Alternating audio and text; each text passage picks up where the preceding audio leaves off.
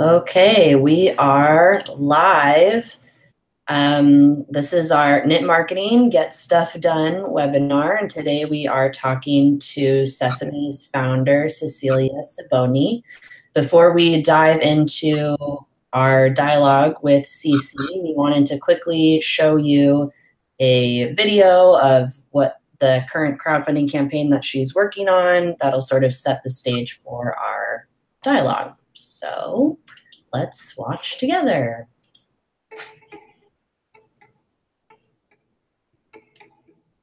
For each bite you take of Sesamaise Tahini dips, you power a peaceful future for Israelis and Palestinians. Sesamaise uses tahini from Israeli and Palestinian family businesses to make delicious, ready-to-eat, and nutrient-packed snacks. So your purchase will create reasons for them to work together doing what they love, making the best tahini in the world. Just picked up this dip from the farmer's market, and it's not just for dipping. I try to eat clean, but after workouts, I'm always starving, especially now that I'm eating mostly plant-based. You know, tahini is like the original superfood. And Sesamaise Tahini's dipping sauces makes boring food taste amazing. Of course I care. I sign petitions, I vote, go to demonstrations, but I know that change takes time. That's why I started to vote with my wallet and buy from conscious companies that benefit their communities. With Sesamaise Tahini, it's a win-win because they're delicious and I make an impact while I go about my daily routine. That's what I call putting my money where my mouth is. Hi, I'm Cece. I moved to the Middle East to pursue a lifelong passion, to build peace between Israelis and Palestinians.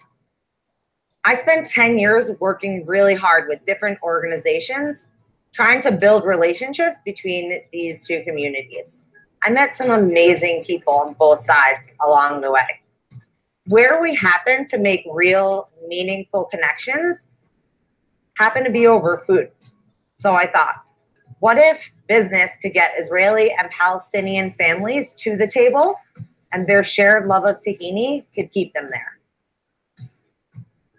And that's where you come in.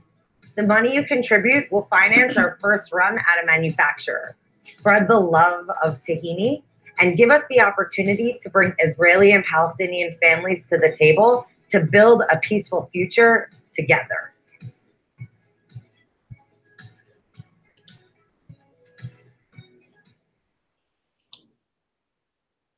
So I'm going to hand it over to Adewale to introduce our guest and take it away. Hi, everyone. I'm Adewale.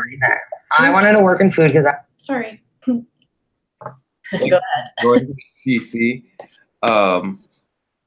As everyone knows, March is Women's Month.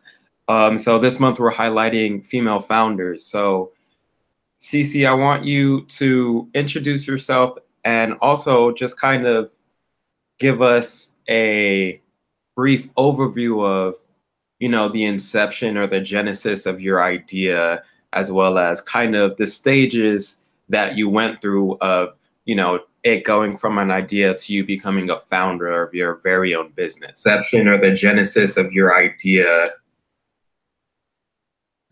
Sure. Thanks, Adewale.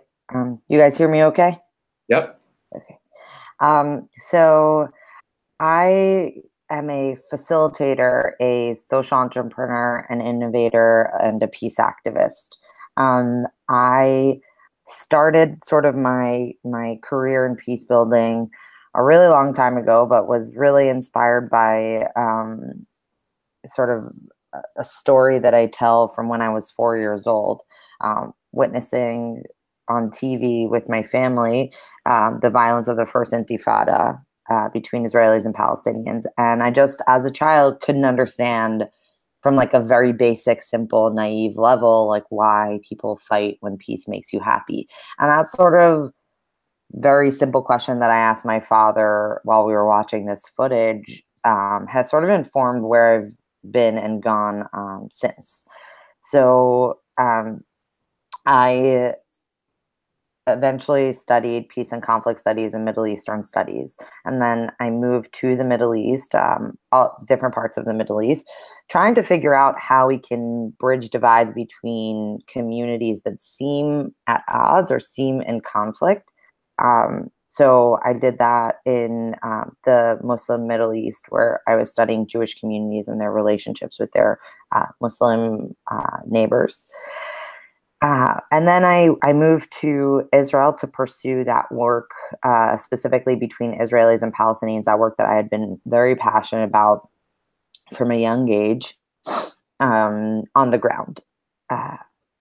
I spent a lot of time in Israel working for different peace nonprofits and sort of very firmly rooted in the nonprofit world. And some of that work included working with Arab and Jewish youth on community building. I also worked on some policy and advocacy work, so trying to change policies so that they would be more equitable and just for Palestinians. I also co-founded and co-organized a group of Israeli, Jewish, and Palestinian peace activists. So I guess that would be my first time in sort of the founder, with the founder experience.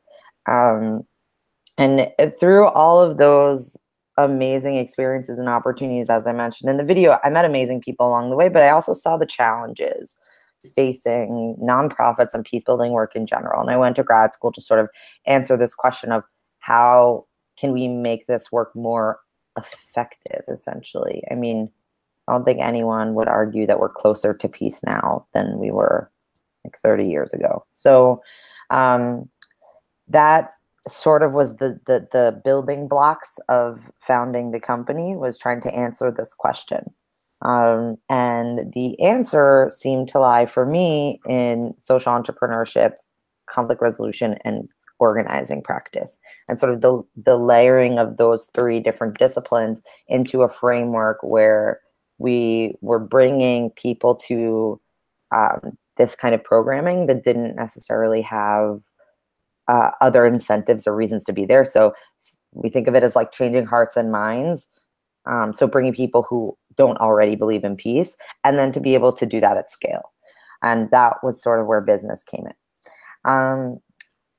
Fast forward a couple years, I worked in tech, and for those people who, you know, might identify with, you know, working for your passion, I found it very difficult to work in technology, just because it was something that it wasn't values aligned for me, and that felt bad. I learned a lot, but it was difficult for me. And from there, I knew that I had to give this a shot. Like, I had this idea for a peace building business and had a vague idea of a concept for a company. And I knew I had to take the plunge. So that was when Sesamaise Tahini was born. Through the time that I lived in Israel, a couple things happened. One was I became obsessed with tahini, and I started using it in like a million different ways. I love to cook, I love food, and I was realizing after college that I couldn't just give myself any food and like my body would feel good. So I started finding sort of healthy alternatives for things that I would normally have, and tahini sort of played a big role in that. And then at the same time, I started looking into tahini as sort of a product and a business. And I learned a lot of really interesting things, like tahini is a place that has sort of a history of cooperation between Israelis and Palestinians. Tahini is something that they share, and tahini is something that both Israelis and Palestinians produce themselves. Not to mention that tahini had not yet had its moment, sort of its trendy moment, unlike its sister or cousin hummus. And all these sort of things just came together into Sesamaise Tahini. So essentially what we do is we source some of the best tahini in the world, and that's a thing, right? Not all tahini is made equal.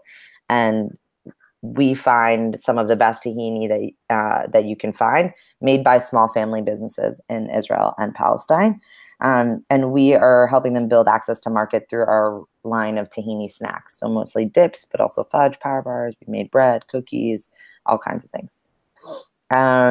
And the idea is that we can build enough sales and sort of that financial incentive of their tahini through our snacks that we can get them to work together to meet the demand. And then we can start to bring in more and more small family businesses into the supply chain. So that's the big idea. And how I went from sort of nonprofit peace builder to female founder. Okay. It sounds like, I mean, in your story, I heard like, it sounds like your main thing is peace building, you know, and your business is really just like a means to an end. Could you kind of expand upon that a little bit more? Because I find it interesting that, you know, for you, it's really just, you want the result of there being peace and people being happy and that. So how did you how did you specifically decide, okay, a business is going to be what's going to get me there versus, you know, the traditional kind of peace building organizations that you mentioned that you worked with? Right. So as a like personality, I am a like builder from scratch. That's like part of my personality. I definitely have that like entrepreneurial spirit. So so for me, you know, wanting to sort of, I don't want to say like not a revolutionary, but like tear down the model and build something from scratch, like very much fits with my personality. But I did try to support that with a lot of sort of academic research and sort of in theory, but then also in practice.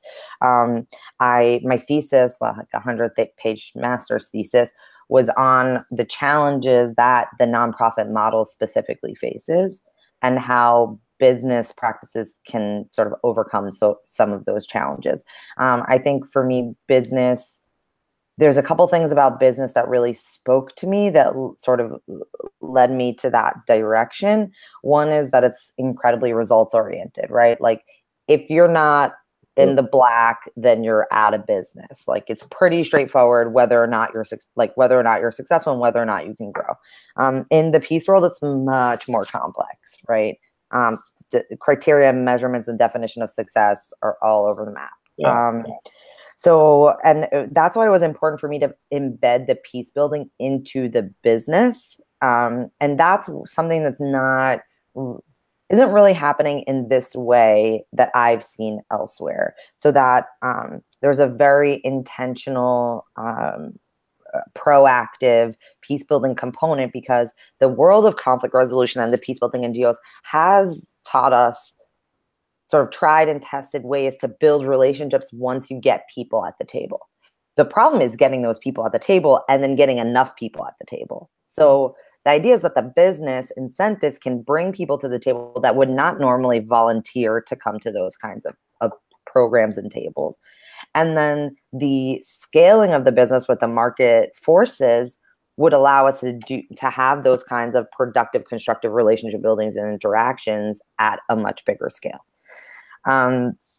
So in terms of like why business, that's definitely, you know, it's an interesting like dilemma for a social entrepreneur specifically, because you have sort of your financial obligations and your social obligations fiduciarily, which is like a fancy word for legally, I think.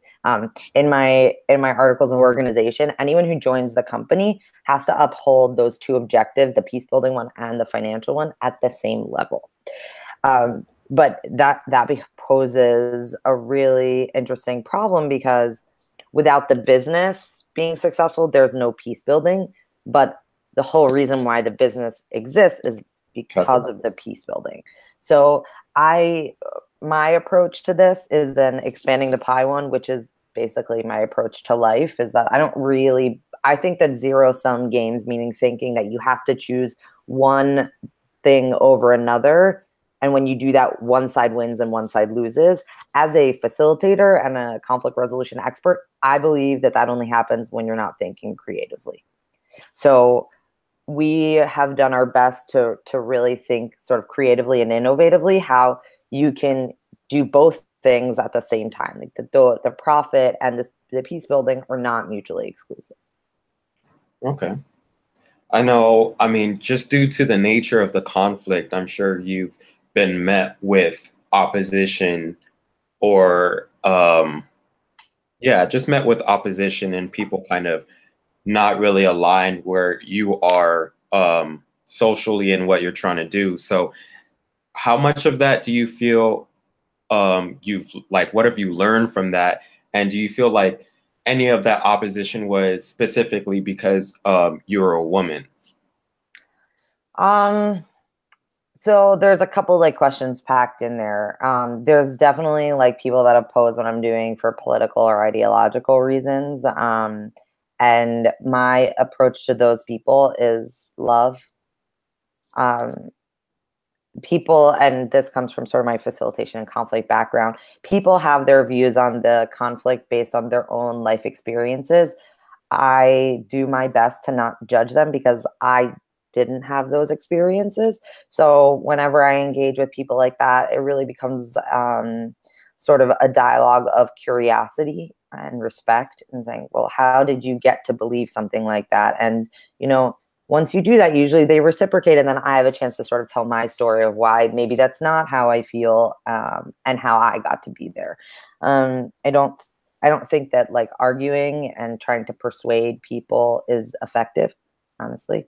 So I just try to share and to embrace with love. And I think that that is probably a good approach for all kinds of social issues. I just applied, you know, specifically in this case.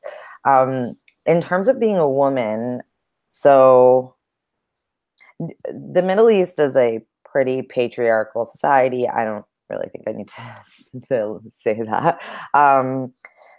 So I had mixed experiences because on the one hand, it is patriarchal, but on the other hand, young people are pretty empowered now because of the technology coming out of Israel, especially. So I met like a lot of different types of people and different experiences. Specifically in the food world, I found that those companies, like, and I was dealing with tahini makers, they were more male dominated and sort of like family businesses or family businesses that had grown. So for them, it was a bit weird to like sit with a woman who was trying to just figure, I was still at this point trying to figure out what I was going to sell and what I was going to do. I didn't have anything really, really concrete. So I kind of understand why I wasn't taken 100% seriously by a lot of the men that I met with. But on the other hand, I was taken seriously by 2 companies, and those are my partners today. So I think for me, it was just a matter of finding the right match. There are always going to be people that doubt or hate and I've found that when I'm persistent and sort of go with my gut, I'm able to overcome that. I'm sorry, I have a FaceTime call coming in, so I don't know. Am I still on? Yeah. Sorry. You'll laugh at who it is. The same person who interrupted our last live event. Yeah. Hold on. Okay. So yes. So and as a woman, and then here, you know, I want to address this issue because on the one hand, I think that this is a great time to become a female founder. Like, men keep telling me, like, as a woman, like, you have a leg up right now, kind of thing. I'm waiting for that to translate into money, honestly, like investment. And I can't really speak to this, so I don't want to make any assumptions because I haven't really tried to raise money outside of the crowdfunding campaign, the video that we just saw. But I have heard horror stories from female founders that are trying to raise money, either like institutionally or even with angel investors or seed money. So I haven't really tried to do it yet, so I don't want to like prejudge. But I do definitely feel like there are some barriers. And I also think that I want to take ownership for some of them. I think one of the biggest issues is my own confidence and my own, and now I feel like I'm trying to speak to like other female entrepreneurs. Sometimes I think I'm my own worst enemy in that I'm not as confident as maybe a man would be, and I also don't like to ask for money. But at the same time, like there's almost something sort of like socially or culturally ingrained as a woman that like you don't ask for money. And that has been I think that for me has been a big obstacle. And I have this mantra that I try to use, but I could probably be better at it. And that is, what would like when I'm in one of those moments, I think like, what would a man do? Like, what would Jesus do? Or like, what would a man do? And then I try to imagine like what a confident like white male would do, and then I try to do that. Okay. But so I think there's a lot of things going on. I think sort of I project my own sort of insecurities, especially when it comes to like fundraising and investment. But I think on the other hand, I haven't really put a lot of energy into it. So it's hard to really say. Maybe in 6 months, I'll have a like totally different story to tell. But I think those have been, yeah, some definite challenges and obstacles as a female founder. Mm-hmm. I mean, it sounds like obviously this has been many years in the making, and just how it's kind of changed and evolved over time into what it is now.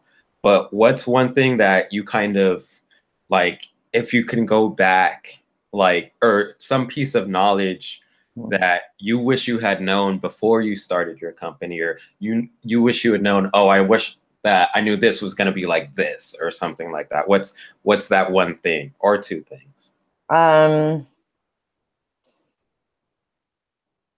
Oh, that's a hard question.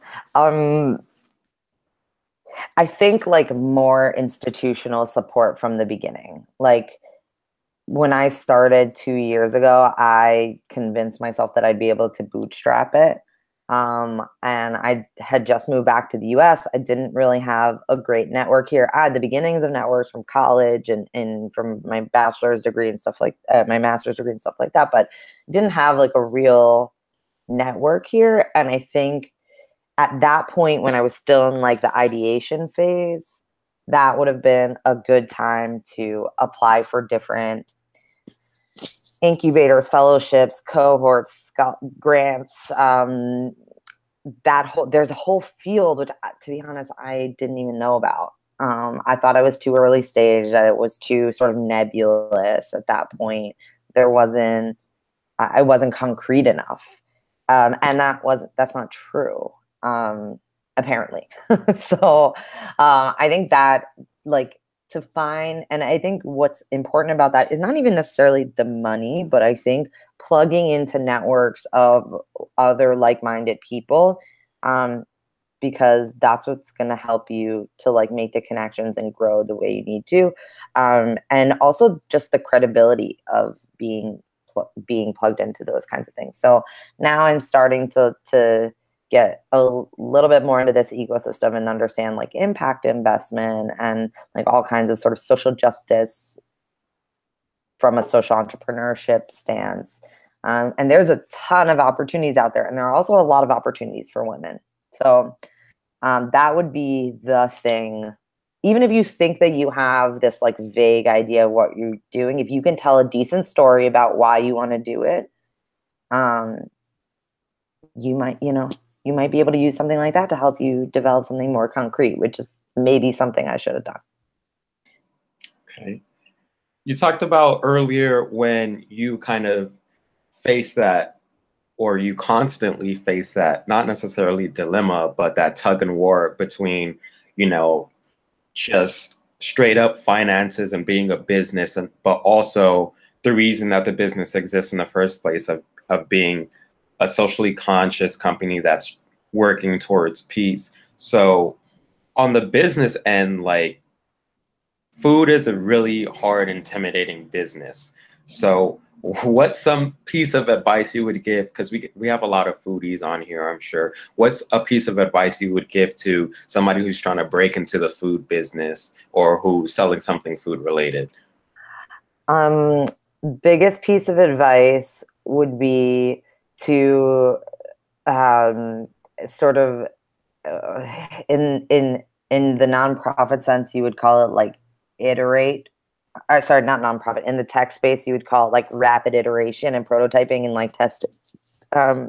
What's the and now I'm forgetting what it's called. I haven't been in that space in a while. But basically, develop like something very basic, just based on like your assumptions or what you like.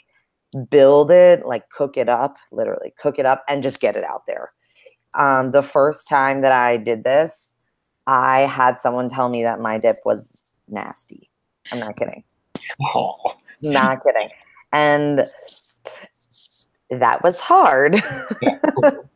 But what it did allow me to do was sort of rethink what I had done. Like I was giving, at that point, I didn't know what I was doing. I was giving someone a dip to taste on a spoon, but you don't eat dips on spoons. Yeah. Like, so even just that basic, like little nugget of learning was like, oh, duh. But also I got there much faster than had I like spent all this time thinking and planning and whatever, and not just getting it out there. And like, yeah, that stung a little bit, but then it was very easily fixable. And then by the time I brought back that taste to her, like a week later, she was like, okay, I would eat this. Like, you know, and so I would say like, make it, get it out there, get feedback, make sure that you're communicating to people that like you have a thick skin and you're not going to take it personally, and honesty helps you right now. Like if you're going to invest your time and money into launching a food business, then honesty is better than being nice. And then just iterate until you get it perfect. And then the second piece of advice would be, and you got to raise some money to start. So that's another piece. Okay. Are there any things you do like regularly or religiously in terms of organizationally or just how you run your business? Like you start your days with a checklist, or every day before you go to sleep, you write your goals for the next day? Or is there any kind of method to your madness that you have?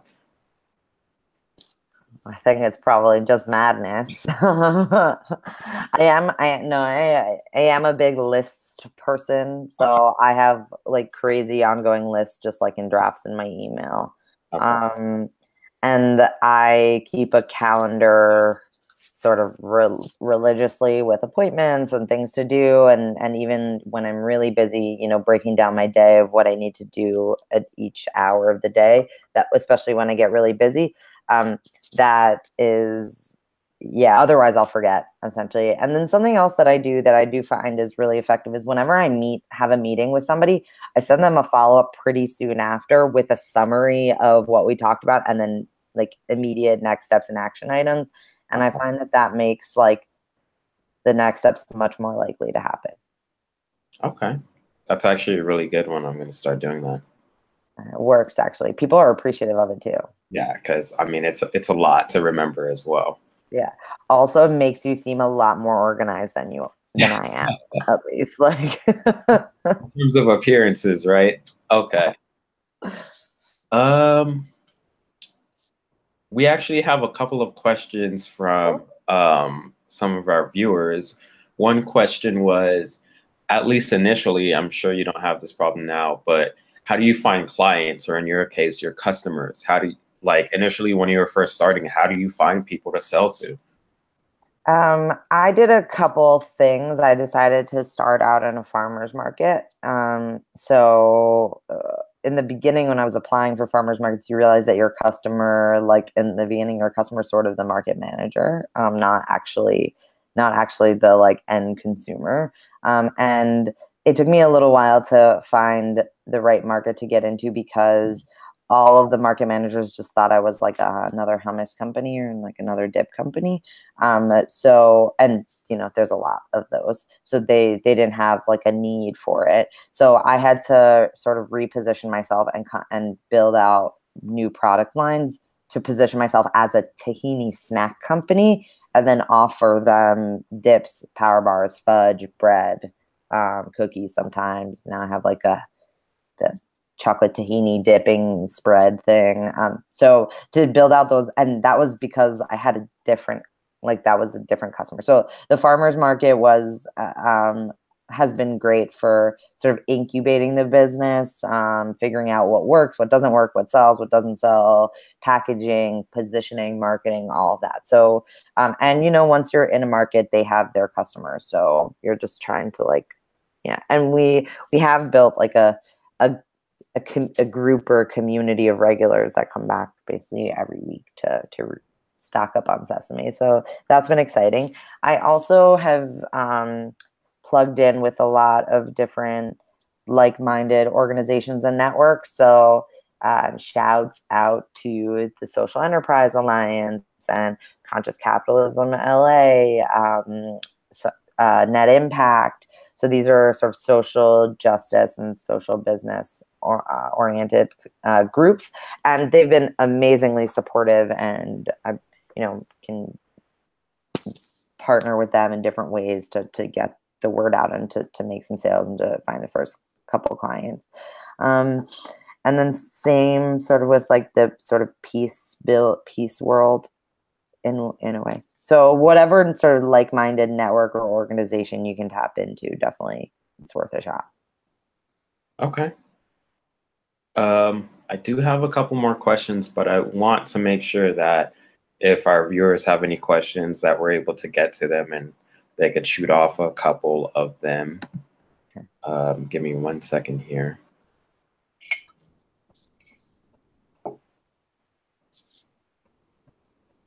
Okay. Before we adjourn, I do want to ask, you kind of spoke to this a little bit earlier, but it's kind of a different question. What are some small steps that, like, somebody who's thinking about becoming an entrepreneur, what are some small steps that they can take to get started, at least? They're thinking about, okay, maybe I should start a business. What do you think they should do to get started, to see if it's something that they should pursue, or maybe change, iterate more and then pursue? Honestly, just do it. Just do a small version of it, right? And I think there's a couple of reasons why.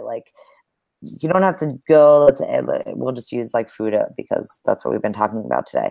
I'm not saying that you have to go and register the business and get all your health permits and then get into apply to farmers markets. And you could do a small version of it where you just make something and then see if your friends and family would buy it. And the reason why I say that is because just the act of doing it is going to give you an idea of so many of the things that you're going to want to know. Not only, how much is it going to cost, right? Once you start to make it, you'll know how much it'll cost, or at least the beginning will cost. It'll also help you to understand if you have a market for what you're selling, because even your friends and family will tell you. And then another thing, and I think this is really important, is, do you enjoy doing it? Okay. I'm a firm believer that if you want to own a successful business, you need to put the blood, sweat, and tears into earning it, and you should do every single part of the business or at least grow from the bottom up. So the actual making of the products, let's say, of course, you enjoy that. Do you I think there's a big difference between, oh, it sounds really cool to be an entrepreneur, and then the actual practice of being an entrepreneur. And you can test that. You can just do a small version of that and see if you like it. Are you the kind of person that's really good about managing your own time and setting your own deadlines and meeting them? Or you're someone that needs someone else to do that? If you need someone else to do that, maybe that. I think being an entrepreneur is a personality. I don't think it's a trait, or I think it's personality. So test, is that your personality? Yeah. And then specifically, do you like this specific idea, the actual work of doing it? Because I think most of the time is spent in the actual like the actual working, and not in the sitting back and enjoying, like, oh cool, I own a company. You know what I mean? So like you need to like what you would be doing day to day. I'm really lucky that I love it. I do. So and but I knew that because I tested it, in the beginning. Nice. Okay. Really quickly, I want to remind our viewers, if you have any questions, be sure to put them in the chat box. But meanwhile, Cece, can you tell us about your website, tahinitogether.com, and what that's for? Sure. So we are crowdfunding. We have 9 days left in our crowdfunding campaign. Essentially, what that means is that you beautiful Americans looking for yummy, tasty, nutrient-dense, ready-to-eat snacks can essentially pre-order our dips and some of our other rewards to get sent to your house. And what will happen is, if we raise the total amount, only then your credit card will be charged. And then we will take that money and go to a manufacturer, set up a deal to basically get our dips to be shelf stable so that we can ship them to you, and then they have a longer shelf life. And then jump over to the Middle East to bring more Israeli and Palestinian families to this table, this actual negotiating table, and then get them there to work together for the first time. So the idea would be, maybe they'll decide to share a shipping container to meet this big order that we're going to place. So that's the big idea. So the crowdfunding actually finances both like the peace building and in terms of bringing more companies into the fold and then getting them to work together for the first time, and sort of the financial business side. As we spoke about before, those things don't need to be mutually exclusive, right? One campaign, both objectives. So I really, every backer, every pledge, every, dollar amount or reward really, really counts. And we're really excited to make that next step from going from small batch prepared by hand into a manufacturer, because that allows us to actually sell nationally, whereas now we can only sell locally. So that it's really exciting. You have until next Friday to back support. You can share the campaign if you're excited about it. Tahinitogether.com. Awesome. Well, that about wraps up this edition. Thank you, Cece, for answering all of those questions. I know some of them you probably haven't thought about before I asked you, but you did great. Yeah, it was fun. Thank you. So thanks, Ollie. No problem. Bye, everybody. Bye.